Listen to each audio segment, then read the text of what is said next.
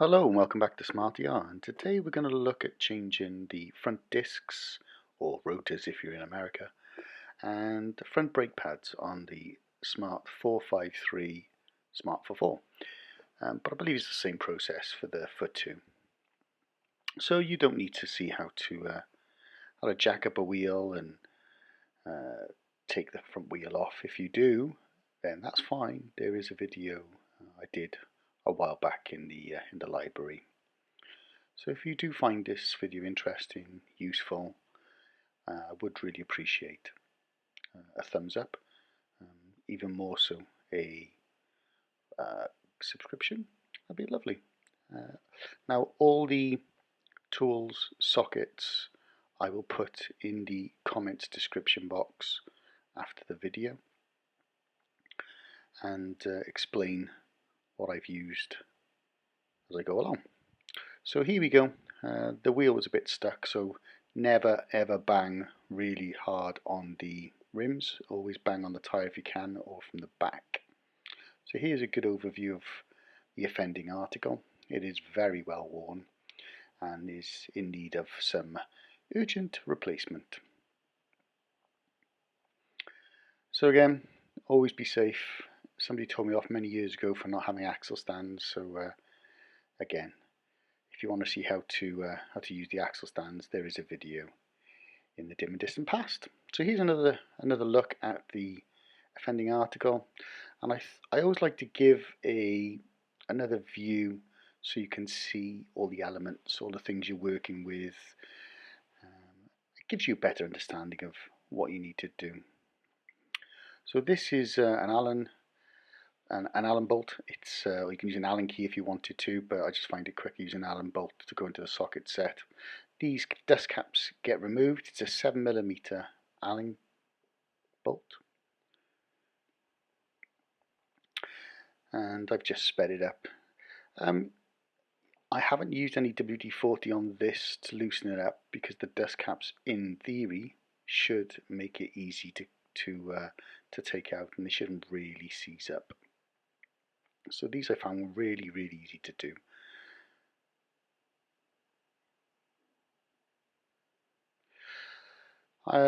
So the brake hose, the brake line, just be very careful when you're working around it. You do not want to whack that. You do not want to hit it. You don't want to apply any pressure on it. And as you'll see, I saw a really good tip from another YouTuber, which I now use when changing brake pads, and that is when I take the caliper off, I use a zip tie and caliper tie it up really tight up into the struts so that you have room to move. So there we go. The floating bolts for the actual caliper are on their way out. To the point, as I said, they were really easy to work with. You could just undo them with your hands. Now these float as well to allow them to turn and have a bit of play in them. So you may have to pull them out a little bit. I sometimes have to put a screwdriver on the threads just to help tease them out finally. So give it a little rock back and forth just to make it all loose and make sure there's nothing else binding. Now this won't come off because I do need to do something extra. Can you guess what it is yet? Yeah, you've got to take the retaining pin, the retaining spring off, which is that thing. Have loads of fun with that. Watch your eyes. If you haven't got ninja-like reflexes, put some eye protection on. That just went miles away. So now as this disc is, or rotor, is really worn, and the brake pads were relatively new when they sold it to me, the dealership, I'm going to have to get it over that lip. So you can see on the edge of the rotor there's a substantial lip here. So what I'm going to have to do is push the caliper, and I'll show you that in a moment. I'm going to have to push that back in a little bit just to allow a little bit more free play between the brake pads. Here we go. So I need to be able to squash the brake piston. So I'll show you that again in a minute, but I'm just putting an old screwdriver in between there. Now the brake pads and the disc are being discarded, so please no shouting about I'm going to damage the disc or the pads. So just putting a little bit of pressure in there has allowed me to free the brake piston and brake pads and the brake pad carrier. There you go, nice clear shot for you. So this now is the carrier frame. This is the brake caliper frame, or the caliper carrier. So this needs to come off, and I did use some penetrating fluid, WD-40, and again remember the disc is going. So if you're going to do this and just change the pads, it really doesn't matter if you're doing the disc and the pads at the same time. Just give it a few minutes. So I believe this was an 18mm ring span I'm using, and back in the day working on aircraft, if you had a potentially stubborn fastener, hit it both ways. So try and work it both ways. And for any front brake pads that I've ever changed, I've always had to use a hammer. So here we go. I'm literally going to speed this up for you. You don't need to see it, but I tend to use the little hook in between the shaft of the hammer and the actual head of the hammer. I'm sure you can work it out for yourselves.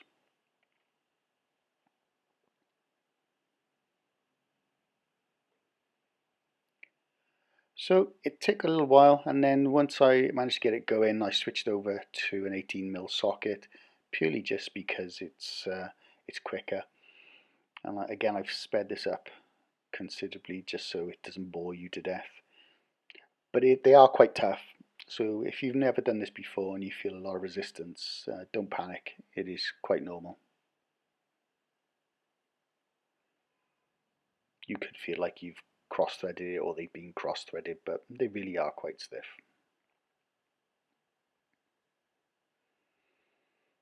And there we go. I always screw them back in the brake caliper carrier so they don't get lost. So here's another look. So that's what the brake caliper carrier was fastened through and onto. Again, nice to have the extra perspective and loads of daylight. That disc is looking pretty worn, so last thing to do is to take these hex bolts out. I think that's a hex 7mm, but again I'll confirm it in the comments later. So bit of a numpty moment. Numpty is a colloquialism for our American friends for an idiot. Bit of a brain fart. I tried to just use a ratchet, but obviously the rotor, which is not left in gear, so therefore, and it's rear wheel drive anyway, but there's nothing stopping that from rotating. So I thought I'll just switch to plan B, put a little bit of WD-40 on it, and I'll switch over to an impact driver, which made all the difference, ladies and gentlemen, boys and girls, and it came off really well. So another little tip for you.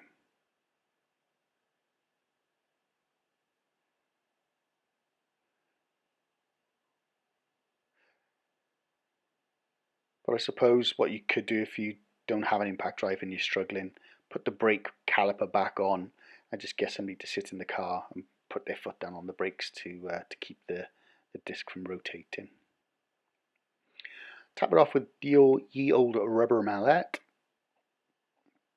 and there she blows. Hell of a state. Hell of a state. Probably even the original one. So far I think I'm on 38,794 miles. So here's the new replacement one, just to give you an idea in comparison. Ooh, shiny.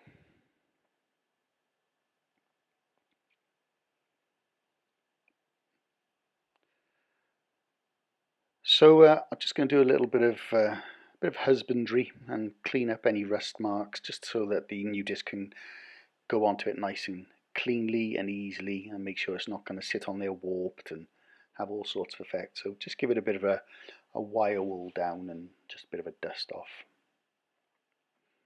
And the hub itself should spin quite freely.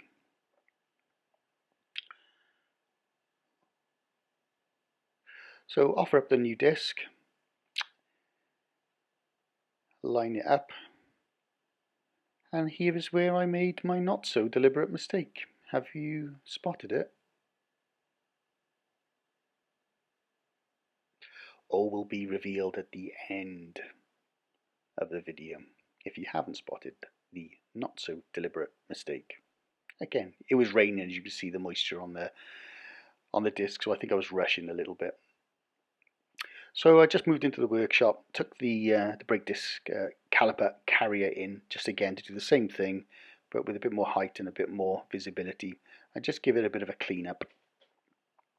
Nothing fancy here, just where the actual brake pad frame sits so that it doesn't squeak, and it just gets the opportunity to bind nicely as well. So bit of wire wool, bit of a dust off, nothing too special, and there we go. So back to the front axle, take off the retaining bolts, and we're literally just gonna do the reverse that we did to get this off. So it is a bit fiddly, they should go in easy. Do one first, don't tighten it all the way up once you get in, just literally put it in, turn it a couple of turns just to catch the thread. And then because there is quite a lot of resistance, you can use your socket as well then to quickly nip it all up. But again, when you do this, I would recommend do not tighten the bottom one all the way up super tight and then do the top one. Do it up so that it's catching the plate and it is starting to give you almost full resistance. Then do the top one just to make sure that it's balanced out nicely.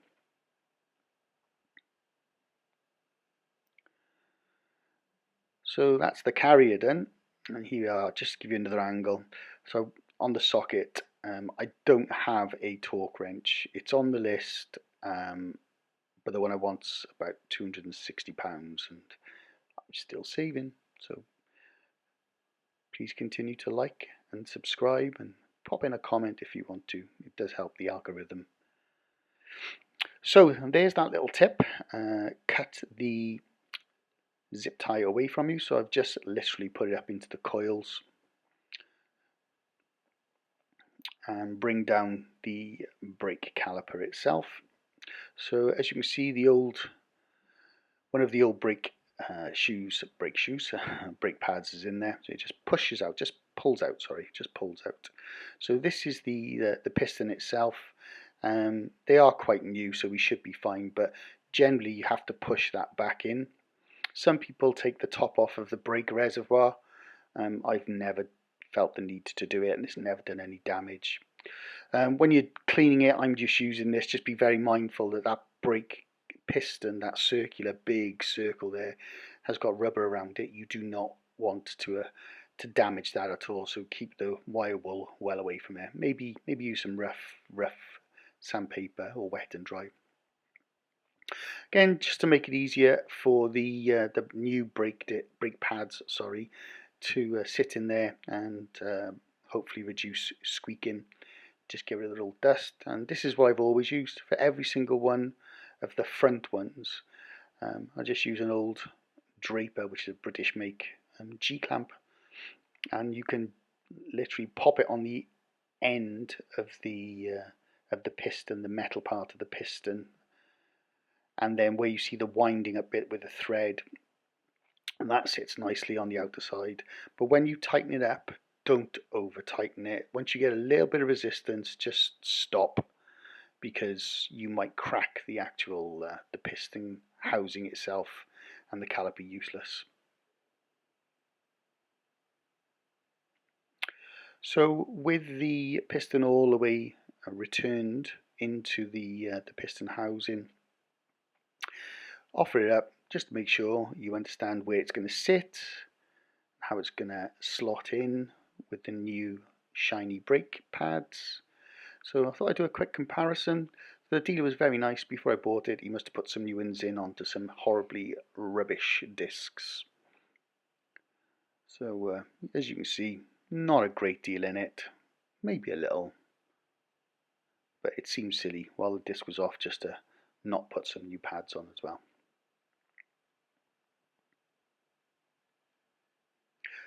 So the whole thing for the discs and the pads I got from eBay, German manufacturer, and it cost £63, so that's going to be about $70.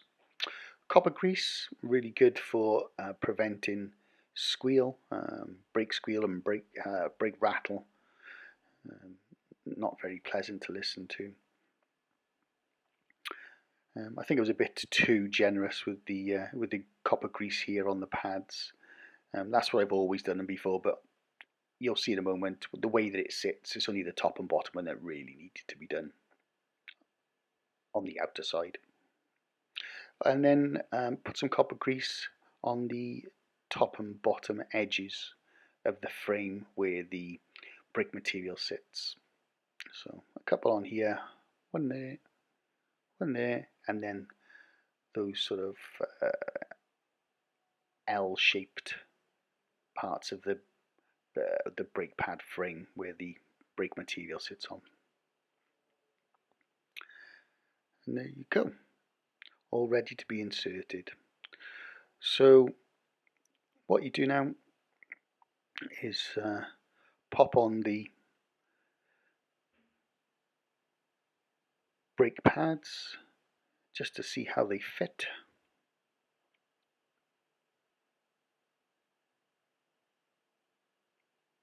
And they'll only go on one way.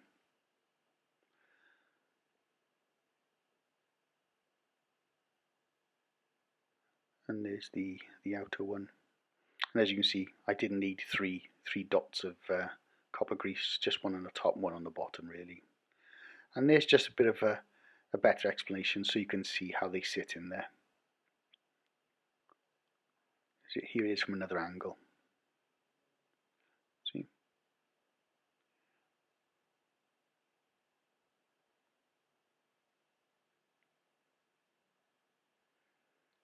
There we go.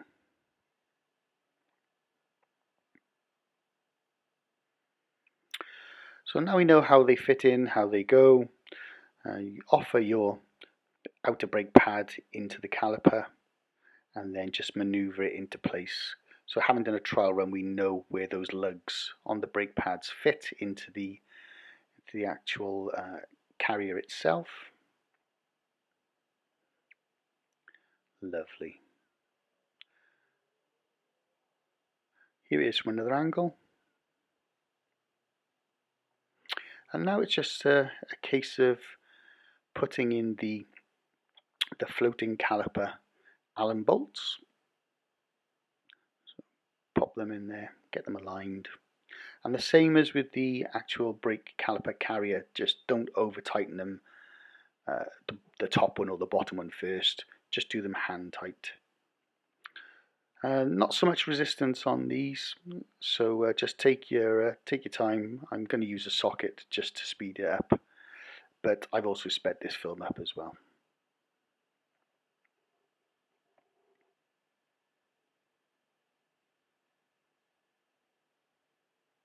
So as you can see, it really isn't a complicated job. It is something that an average DIYer or somebody with a bit of courage can do. You do need some tools, some specialist tools like the Torx bits and the Allen key. But after you put the dust caps back on, that's pretty much it. Now, the not so deliberate mistake. Can you still spot it? Now, as I struggled like hell to put this brake spring, the retaining spring, which is a safety feature on, and I found out when I did the other way, there is a tip. There is a tip. Don't do it the way that I did, putting the top on first. Do the bottom first. Put the bottom spring in first into the hole, and then you've got more purchase to do the top bit and get the top bit in. If anyone knows an easier way of doing it, I've always struggled with these for years, so please enlighten me in the comment section. So the not so deliberate mistake is have a look at the brake disc retaining screws. And now have a look where the wheel nuts or the wheel bolts should go. Can you see? There's no threads. What I'd actually done is put the brake disc retaining countersunk screws into 2 wheel holes. So no, it's not cup of tea time. So here we are. Can't believe I did that. But like I said, it was raining, I was rushing. It's not the end of the day, but because we've done a really good job, the brake calipers are nice and free. We can literally just rotate it a little bit. And oh my goodness, look at that. I can now put my wheel back on. So let's just pop these countersunk brake disc retaining screws in. And it is cup of tea time. Thank you.